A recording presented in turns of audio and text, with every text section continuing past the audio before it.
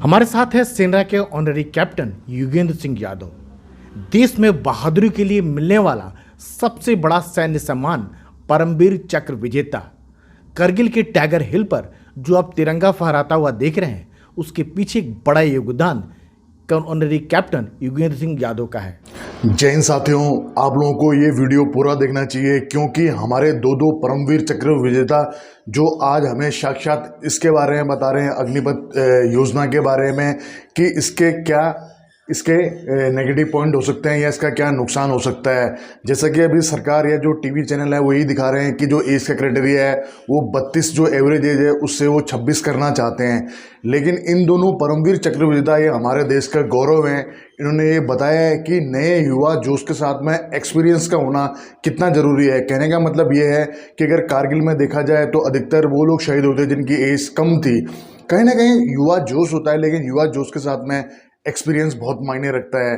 तो जहां पर हमारे कैप्टन बाना सिंह परमवीर चक्र विजेता साहब ने हमें बताया है कि अगर अग्निपथ योजना लागू की गई तो इसका जो फ़ायदा है वो चीन और पाकिस्तान उठाएंगे।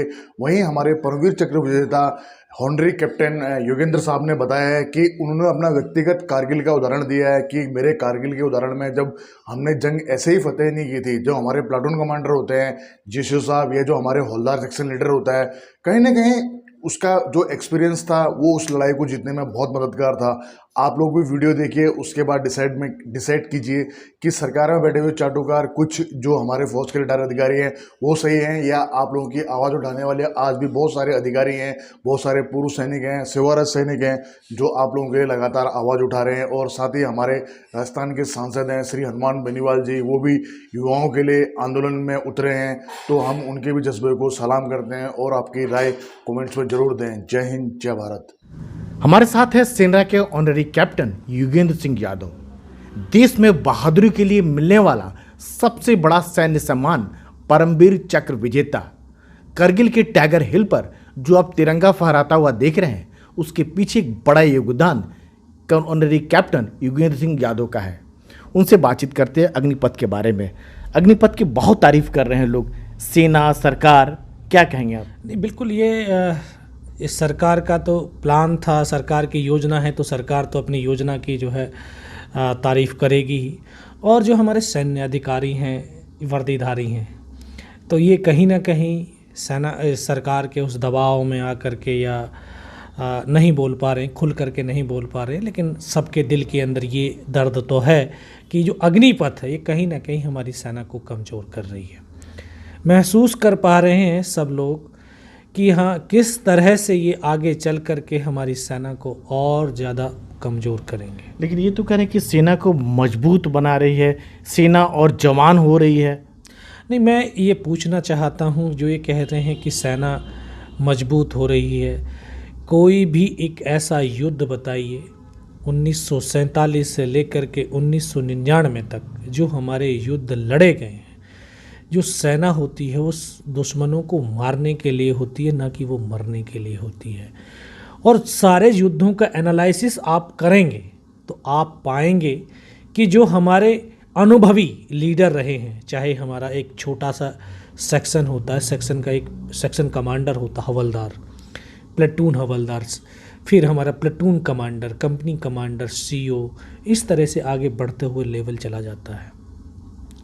जिस सेक्शन का सेक्शन कमांडर अनुभवी होता है उस सेक्शन के जवान बहुत कम क्षतिग्रस्त होते हैं, इंजर्ड होते हैं, शहीद हो पाते हैं और वो अपने लक्ष्य पर आसानी से कब्जा कर पाते हैं। अभी हाल ही के अंदर आपने सबने देखा होगा, पढ़ा होगा कि कारगिल युद्ध के दौरान उसके बाद एक कमेटी बैठी थी कि इतने जवान, इतने ऑफिसर्स, यंग ऑफिसर कैसे मारे गए, ये आपने सबने देखा है। तो वो यंगेस्ट होते हैं, उनके पास जोश होता है, जुनून होता है, लेकिन अनुभव नहीं होता।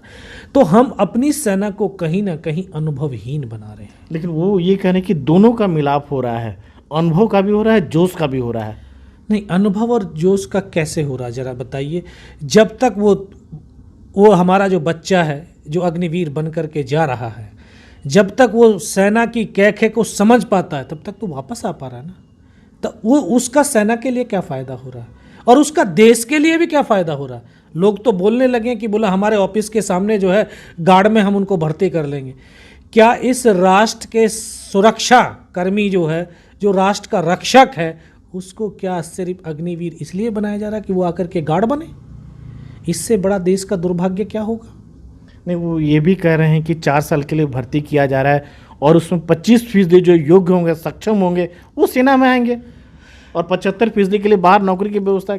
बिल्कुल, आप ये देखिए, पहले तो जो हमारी 2.5 साल से भर्तियां नहीं हुई, हर वर्ष 1 लाख से 1.25 लाख के आसपास हमारा क्या होता है, पेंशन आ जाते हैं। कोई अपनी सैन्य सेवा पूरा करके आ रहा, कोई वीआरएस लेकर के आ रहा है। तो तीनों सेनाओं के अंदर लगभग 1,40,000 हमारा जो पेंशन आ गया। 2.5 साल से नहीं हुआ, तो 2.5-3 लाख तो हमारी पहली डिफिशेंसी है। और फिर अब ये 45,000 भर्ती कर रहे हैं। 45,000 में कितने जाएंगे? 12,500 और 50,000 हमारे जो है सेना की, अगर मैं भारतीय थल सेना की बात करूं तो 50,000 के आसपास हमारा जो है रिटायरमेंट हो जाता है। तो 12,500 जा रहे हैं, कितने 37,500 तो जो है फिर भी हमारे डिफिशेंसी हो रहे हैं हर साल। अगर मान लिया कि इन्होंने 1 लाख 20 साल के अंदर भर्ती की तो 25,000 जाएंगे वापस। 25,000 तो हर साल डिफिशेंसी आती चली जाएगी। आगे लगा दीजिए, आगे आने वाले 10 से 15 सालों के अंदर हमारी सेना की संख्या आधी रह जाएगी। और ये जो जाएंगे, नए जो जा रहे हैं, ये इन्फेंट्री में राइफल चलाना तो सीख जाएंगे, अच्छी बात है, 6 महीने की ट्रेनिंग में। लेकिन हमारे आर्मर्ड के अंदर हमारी सिग्नल, हमारी आर्टिलरी, हमारी जो ईएमई, उनके अंदर तो ये तो इतना सा भी नहीं सीख पाएंगे। यहाँ से वापस जब आएंगे, आने के बाद 1 महीने के बाद फिर वापस 25% लिए जाएंगे। कौन से बंदे लिए जाएंगे? जिसको कंपनी कमांडर, सीओ साहब जिस पलटन में वो होंगे, वो रिकमेंडेशन करेंगे ना कि हाँ ये बंदा हमें वापस चाहिए। 1 महीने के बाद जब ज्वाइनिंग होगी उनकी वापस, तो कौन से रिकमेंडेशन होगा? कहीं ना कहीं इसमें जो है आप लगते हैं कि जो है लोगों की वो बढ़ती हुई चली जाएगी। मैं अगर आप मेरे कमांडिंग, वो तो कह रहे कहने कि सब कुछ पारदर्शी होगा, साफ सुथरा। हाँ, सर पारदर्शिता कैसे होगी ये तो बताओ कि ऐसे पारदर्शिता होगी। आज जो फौज का जो मूल जो स्तंभ हैं वो हमारे रेजिमेंट हैं।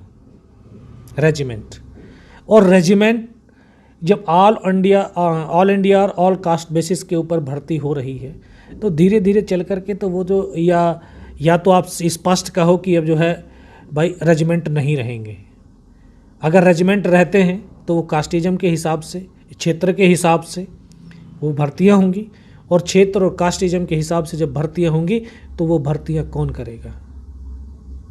वो कह रहे हैं कि रेजिमेंट सिस्टम रहेगा, लेकिन जो सेना के आने वाली ज़रूरतें हैं, जो तकनीकी जिसको कह सकते हैं, उसके लिए बात कर रहे हैं ये लोग। सर आज ये बताइए, तकनीकी आपके काम को आसान कर सकती है, लेकिन आपको युद्ध में जीत नहीं दिला सकती है।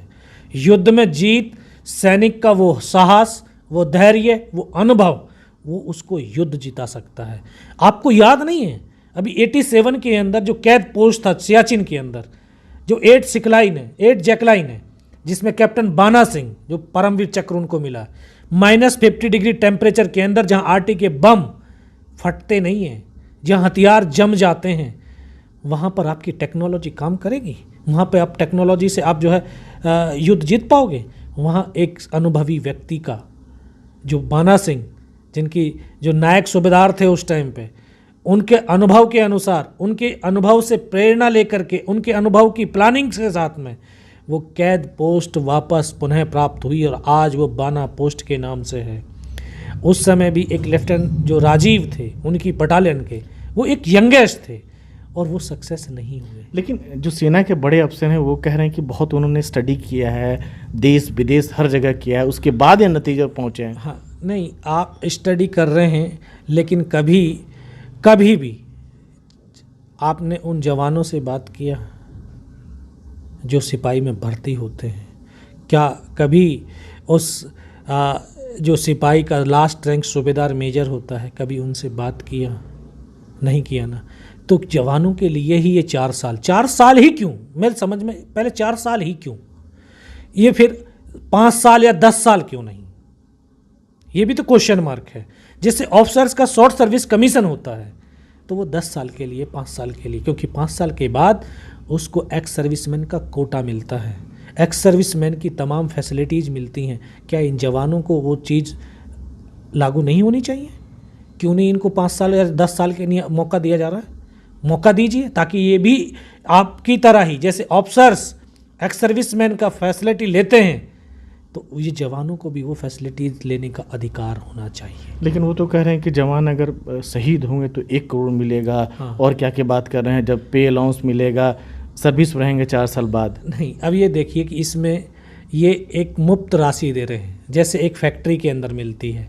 ये सेना कोई फैक्ट्री नहीं है, हैं? एक 30,000 का पैकेज दे रहे हैं ये, जिसमें उसको डीए नहीं मिलेगा, हायल्टी का अलाउंस नहीं मिलेगा। अलाउंस पर तो बात कर रहे हैं, जब सर्विस में रहेंगे तो मिलेगा। नहीं, लेकिन टीएडीए नहीं मिलेगा, टीएडीए नहीं, भत्ता नहीं मिलेगा, सिर्फ एक मुफ्त राशि मिल रही है उसको 30,000। नहीं, साथ में कह रहे हैं कि हाईएस्ट जो अलाउंस होता है वहाँ मिलेगा।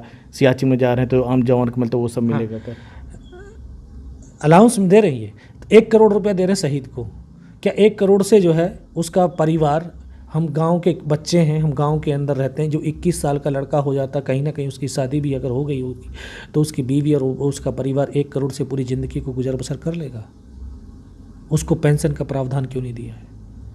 जब हमारे अफसर जो शहीद हो जाता है, शॉर्ट सर्विस कमीशन वाला, उसके परिवार को जो है एक फैसिलिटी देते, उसको तो पेंशन दी जाती आपको है। लग रहा है कि अफसर और जवान में भेदभाव हो रहा है यहाँ पर? भेदभाव? क्या अफसर में लागू नहीं कर रहे हैं ये लोग और जवान के लिए लागू कर रहे नहीं, हैं? बिल्कुल, ये तो स्पष्ट भेदभाव होता चला जा रहा है। ये तो दरारें फटती हुई चली जा रही हैं, दरारें फटती हुई चली जा रही हैं। एक एमएसपी की आप बात करते थे, मिलिट्री सर्विस पे, जो फौज के अंदर सेवा करता उसके लिए वो अलाउंस मिलता है। तो यहाँ उसमें देखिए आप 5200 रुपया एक जवानों का है और 15,000 ऑफिसर्स का है। तो क्यों हम इस खाई को जो बढ़ाते क्यों जा रहे हैं, इसको क्यों कम नहीं करते जा रहे हैं? क्या हम हिंदुस्तानी नहीं हैं? हम सभी हिंदुस्तानी हैं ना। और हिंदुस्तानियों को मिलकर के एक साथ, जितने हम एक साथ रहेंगे उतनी हमारे अंदर गूढ़ता आएगी, उतना ही हमारे तो अंदर ये अग्निपथ योजना जो है अच्छी है, तो फिर सेना अफसर के लिए क्यों नहीं लेके आया? क्या अफसर की जरूरत नहीं है? हाँ बिल्कुल, अगर इतनी अच्छी है और 4 साल में सब कुछ जो है हमारी फौज को यंगेस्ट ये अफसर भी मिलने चाहिए, फिर तो 4 साल के लिए अग्निपथ अफसर्स के भी लागू की जाए और वो भी इसमें आए। तो अफसर जो मैं तमाम जो हमारे रिटायर्ड जनरल साहब हैं और हमारे जो वर्तमान जो चीफ साहब हैं, मैं उनसे भी अनुरोध करता हूं कि जवानों के लिए क्यों 4 साल, या तो जवानों के लिए भी 10 साल कीजिए या फिर ऑफिसर्स के लिए भी 4 साल के जो है अग्निपथ लेके आइए, ताकि जो है, क्योंकि छोटे स्तर के ऊपर आज भी हमारे ऑफिसर्स की कमी है, तो वो अफसर की डिफिशेंसी भी पूरी होगी और 4 साल के बाद हर से रोटेशन भी हो जाएगा। आपको लगता है कि 4 साल का स्कीम ठीक नहीं है? आप फैक्ट्री की बात कर रहे थे। हाँ, फैक्ट्री जैसा। बिल्कुल बिल्कुल, ये तो एक फैक्ट्री की तरह कर दिया कि एक मुफ्त राशि है, 30,000 मिलेगा, 9,000 आपका कट जाएगा, आप 4 साल के बाद में जब रिटायर जो वापस आएंगे आपको 10-12 लाख रुपए मिल जाएगा। और फिर उसके बाद आपको कोई पक्का भविष्य नहीं है कि आपको उसमें ही आपको लिया जाएगा। सरकार 1-2 सरकार आकर के बोल रही हैं कि हम अग्निवीरों को लेंगे, हम अग्निवीरों को लेंगे, लेकिन कोई अग्निवीरों को नहीं लेता। कि आप ये देख लीजिए, प्रत्यक्ष को प्रमाण की आवश्यकता नहीं है। 5th के पे कमीशन, 6 पे कमीशन, 7 पे कमीशन का लिखित के अंदर है कि जो हमारे 15 साल, 16 साल, 17 साल, 18 साल, 20 साल के अंदर हमारे सैनिक वापस अपने सेना के अंदर वापस आते हैं तो उनको फर्स्ट प्रायोरिटी में सरकार जो अपने उसमें लेंगे। लेकिन कहाँ लिया जाता है? परसेंटेज हर स्टेट ने कर रखा, 1%, 2%, 5%, और वो फायदा वो भी उन्हीं को मिल पाता है जो हमारे टेक्निकल बंदे हैं। लेकिन जीडी वाला जो बंदा है, जो जनरल ड्यूटी वाला बंदा है, उसको तो कुछ भी फ़ायदा नहीं, क्योंकि उसको सिर्फ उसके पास कितनी योग्यता होती है? उसके पास योग्यता होती है सिर्फ राइफल चलाने की, उसके पास कोई टेक्निकल योग्यता तो लेकिन जब अच्छी बात नहीं है तो फिर सेना और सरकार क्यों लेकर आई है इसको और कह रही कि जो विरोध कीजिएगा वो अग्निवीर के रास्ते बंद हो जाएंगे सब? नहीं, ये तो एक तानाशाही है कि तानाशाही वाला चीज़ है कि जो है अगर आप विरोध करेंगे तो आपके ऊपर केस डाल देंगे, हम आपको जो है, तो जीवन बर्बाद करने वाली ही बात हो रही है। तो ये तो कोई अच्छी बात नहीं है, देश के लिए अच्छी बात नहीं है।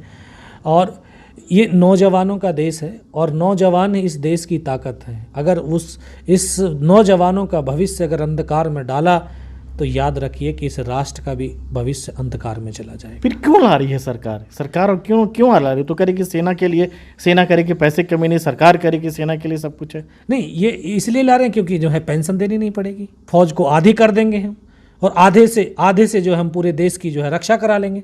अरे आप ये बताइए, ये ऑफिस नहीं है कि 10 कंप्यूटर लगा दिए, 5 आदमी कंप्यूटर से अपना काम कर लेंगे। वहाँ सुरक्षा की बात है। 130 करोड़ हिंदुस्तानियों का विश्वास और भरोसा एक सैनिक के ऊपर होता है, और वो सैनिक की जब स्ट्रेंथ पूरी होगी तभी तो वो अपने मानसिक और शारीरिक रूप से वहाँ पर ड्यूटी दे पाएगा। अब उसकी जब आज 10 की संख्या होती है और उसकी 4 की संख्या आप कर दोगे तो 4 आदमी 10 का काम कैसे करेंगे? कीमत चुकानी पड़ेगी फिर देश को, कहीं ना कहीं कीमत चुकानी पड़ेगी। कि अगर इस तरह से जो है इसी तरह की योजना, आप एक्सपेरिमेंट करने के लिए सेना नहीं है भाई, ये संस्था ऐसी नहीं है कि इसमें आप जो है ना कोई भी प्रयोग कर लो। प्रयोग करने के लिए बहुत सारी और संस्थाएं वहाँ पे प्रयोग कर सकते हैं आप, लेकिन यहाँ पर नहीं। तो ये थे सेना के ऑनरी कैप्टन युगेंद्र सिंह यादव, जिनकी बात सरकार और सेना को चुननी चाहिए, क्योंकि सामान्य नहीं है, ये परमवीर चक्र विजेता है। ध्यान रखिए, देश में केवल 3 ही परमवीर चक्र विजेता जीवित हैं। देश का सबसे बड़ा सैन्य सम्मान जीतने वाले युगेंद्र सिंह यादव का कहना है कि अग्निपथ योजना युवाओं के लिए बेहतर नहीं है। दोस्तों सब्सक्राइब कीजिए एक्स आर्मी सोल्जर को डिफेंस की सबसे सटीक और सबसे आसान भाषा में जानकारी के लिए। साथ ही बेल आइकन को प्रेस करें ताकि आपको नोटिफिकेशन सबसे जल्द मिले।